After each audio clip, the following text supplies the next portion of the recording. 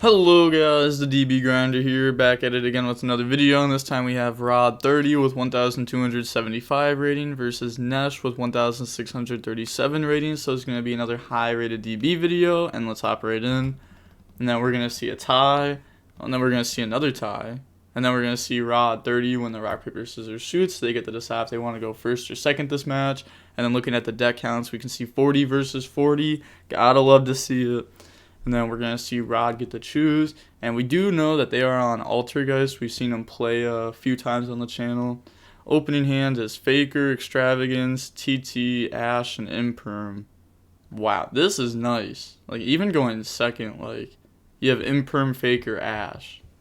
Yeah, this is definitely a very, very, very solid hand.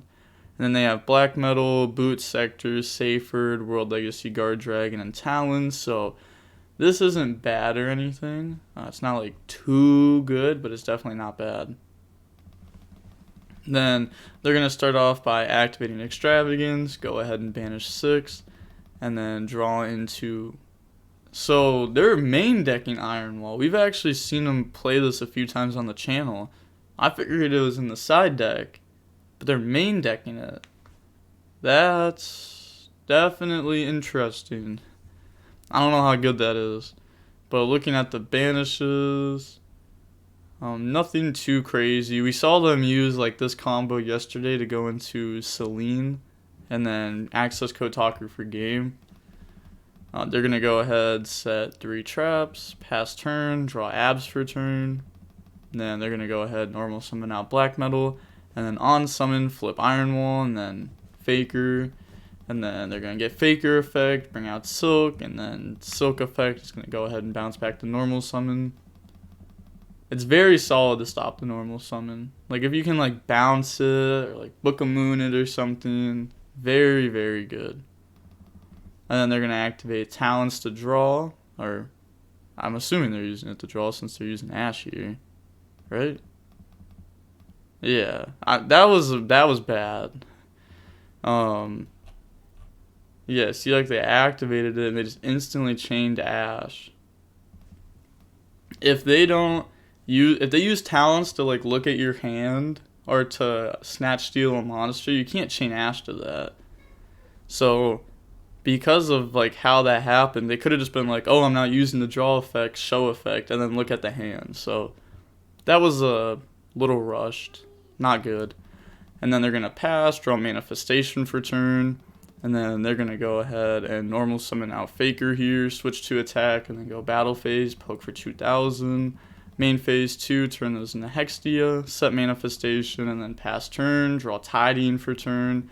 And then they're going to go draw phase, manifestation, bring out the Faker, should be in attack mode.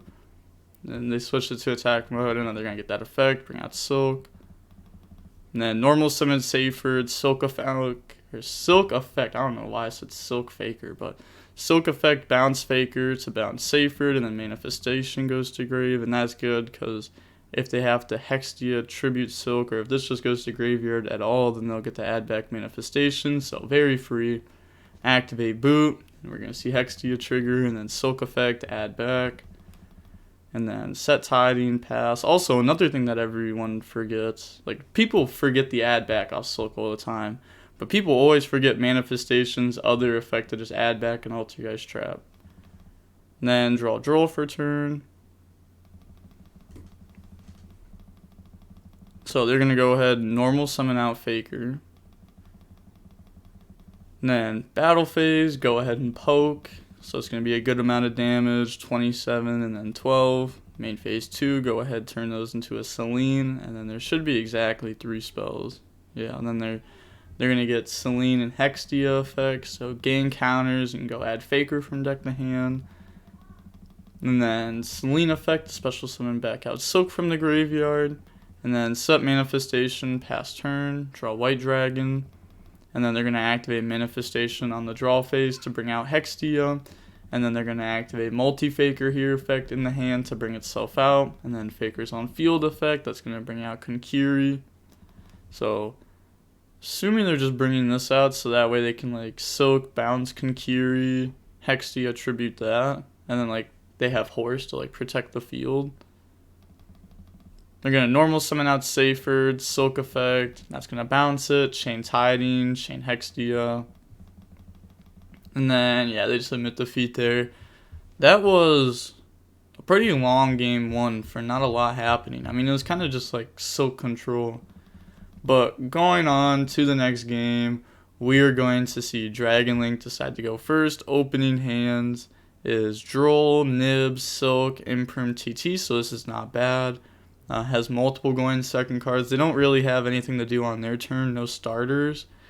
But honestly, like, even if you draw starters, if you don't have hand traps, you just auto lose. So very good that they drew hand traps. Hopefully they can draw into a starter. And then they have Chaos Space, Abs, World Legacy Guard Dragon, Gamma, and Tiding. Ooh, this Gamma, if that hits draw, that's going to be huge. Yeah, it's definitely going to be hitting this draw. Abs effect Chain Link 1, Droll Chain Link 2, and then Gamma Chain Link 3. And then that's going to go ahead and bring out some free cards, and then Abs go grab Tracer. Banish Abs for White Dragon, and then turn that into Striker. You're going to get White and Striker, go add Black, go add Boot, and then they can go for Pepega Ruler here. They just wanted to get those out of deck first. Now, they're going to get Pepega effect, and that's going to mill 5. So that's going to get Tiding engraved, Brotar engraved, access to Rocket Synchron. Yeah, that was definitely solid. They're going to add back the Rocket Synchron, and then go ahead turn those into a seal. And then banish White, special summon Black, Chaos Space, going to put back White, and then draw in the Chaos Space. I swear, Chaos Space into Chaos Space happens so often. And then World Legacy Guard Dragon is going to be activated to bring out Brotar. Brotar effect, target Black Dragon. So, yeah, they're definitely going to let this resolve.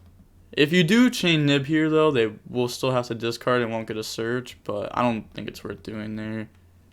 Yeah, they're going to go grab Levy. I think you just lose this either way. I don't think there is, like, a winning play here, to be honest. Go for LP, effect to move it, and then LP effect.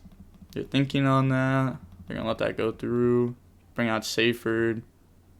Yeah, sometimes, like, combo just opens up, like, so good to where you can have, like, 3 hand traps. It just doesn't matter. Like, the high impact one just got smacked by Gamma, and then, like, that's a free Pepega Ruler, which is insane. Now, they're shuffling their hand a lot here. They're going to go for Pisty, and then Pisty effect the special summon back out Seyfried from the graveyard. And then turn those two into a Romulus. You're going to get Romulus and Black effects, so they're going to go ahead and add White. And then go add Ravine from deck to hand. And then turn those two into a seal. So they're trying to go for an Appaloosa here. And then turn those into Appaloosa. And then activate Boot. Boot effect, the special summon out Tracer and Rocket Synchron from hand. Tracer, pop World Legacy Guard Dragon, bring out Recharger, turn those into a Savage. Savage effect Chainlink 1, and then Nib Chainlink 2, and then Appaloosa Chainlink 3, Imperm Chainlink 4. So, wipe the board, but it's not even like that crazy, because, like, yeah, they get a token, they're going to get Seal effect, that's going to go bring out Red MD from deck. Then, yeah, they definitely have multiple plays here. And, like, Levy can still hit a card out of hand if they want. They could hit Nib if they want to. They're going to go Red MD effect. That's going to bring out Seyfried from the graveyard. Seyfried effect, get rid of White to go ahead Tracer from the deck. And then normal summon out Tracer, because they just haven't normal summon yet this turn, because Chaos Space is crazy. And then turn those into a Quad Boral effect. That's going to pop itself, bringing out Tracer and Rocket Synchron from grave. And then Pepega Ruler will bring itself out by banishing a light and dark, turn those into a hot red. And then they're going to go ahead, banish some darks for Levy, and then effect. Boo! Roll the dice, and that's going to hit TT out of hand. No! Like, how? Like, I don't even know. My Levy hits this week, I don't think I've hit once. Like, that was a 50-50. And not good. set tiding, pass turn, draw spoofing. Oh, it's actually pretty good that they hit silk. I mean, doesn't matter either way, but like, this could have shuffled it back and then just got negated. So, actually, yeah, it definitely would have been better to hit TT, but they're gonna nib, attack Tracer, and then tiding, bounce Levy and nib. And then they're gonna go ahead, set 2 back or pass, draw Saferd. And then they're gonna go main phase, Saferd effect, go add Chamber. And then yeah, they just scoop here. They know they can't win. So now moving on to game 3, we're gonna see Geist choose, and Geist is gonna choose to go first. Opening hand is Imperm, Extravagance, Anti-Spell, Imperm, and Meluseek, so that's good. This is definitely good. Like, Faker plus Anti-Spell is solid, because like Anti-Spell will shut off extenders, well, a lot of extenders, and then Faker and the Silk is, due to bounce. And then they have Twin, Rocket Synchron, Chaos Space, Saferd. Or did I say Saferd? Did I say Synchron? I don't even know. My words are just messing up. And then Levy. So they do have Twin, which is very strong. They're going to go ahead and start off with Extravagance, and then that's going to go ahead and banish 6. Draws into another Anti-Spell and Spoofing. So definitely a couple multiples in hand right next to each other. Looking at the banish, though, we can see like Appaloosa. This card's cool in this deck. I used to really like Bomber in this deck. The Topological Bomber Dragon. Everyone was playing it in Orchest. I was playing it in this deck because you could just like summon it and like Manifestation, summon back out like Hextia or something. Effect, pop the board. I don't know. Bomber was interesting for sure. Or you could like have Bomber on board, Faker effect in hand, summon itself out to not a zone Bomber points to. Faker effect, summon out Silk to a zone that Bomber points to. Bomber effect, chain Silk, bounce, and then Silk gets destroyed, add back. But I don't know. It was cool back in the day, a while ago. They're going to make Link Kuriboh, Meluseek effect, that's going to go add Faker from deck to hand. And then they're going to set 5. And then pass turn, draw Quick Launch. That's not bad. I mean, that'll be an extender through Anti-Spell. They're going to activate Anti-Spell, chain Quick Launch, and then they're going to let that resolve and no response to that. And then chain Link 3, Twin Twisters. That's going to go hit Anti-Spell, and I'm pretty sure that just targeted Imperm. Yeah. And then bring out Tracer from deck off a Quick Launch. On Resolution, activate Anti-Spell, and then Faker effect. That's going to go ahead, bring itself out, and then Faker on field effect, bring out Silk. And then they're going to go ahead and make Striker. Yeah, this Link Kuriboh here is nice. And then they're going to get Striker effect. That's going to go ahead Boot Sector Launch from deck to hand. And then normal summon out Rocket Synchron. They're going to go ahead and use Silk effect, bounce Faker, and bounce Synchron. Battle phase attack into a Link Kuriboh effect. And then main phase 2, Striker Dragon, pop itself, add back Tracer from the grave, and then set space, set boot, and then try to pass. Draw Konkiri for turn. And then they're going to go standby, activate Spoofing, and then Faker's hand effect to bring itself out, and then Faker effect to summon out Meluseek from deck. And then main phase, they're going to go ahead and go for Hextia, Meluseek to go add Marionetter. And then normal summon Marionetter affects set protocol. I don't think they can lose here. If Nesh wins here, they're insane. Switch to attack. They might bring back Meluseek. I feel like that's pretty strong. I guess like either way you can out both of these. Like you can either Hextia negate. You can Silk bounce, Meluseek send, or do it the other way around. I feel like you would bounce this and then send this. They're going to go Marionetter, get rid of Hextia, bring out Meluseek, and then Hextia effect, go add Manifestation. And then attack with Meluseek. And then they're going to go ahead and use the effect of that, sending this. I guess like if it's tiding, like it's a low chance they have chamber in hand. I mean, like, because like you know these two cards, so like this card's unknown, low chance that it's chamber. So I guess fair enough sending this. I don't think it matters anyways though. And then they're gonna go ahead and poke, and then poke with Silk. Main phase 2, Silk effect, bounce Marionetter, and boot. Does not want to do that in battle phase to play in the evenly, even though like they would have just done it last turn. I guess may as well just like play around it. And then spoofing effect, put back Marionetter, go grab Faker. And then they're gonna get rid of those, go for Hextia.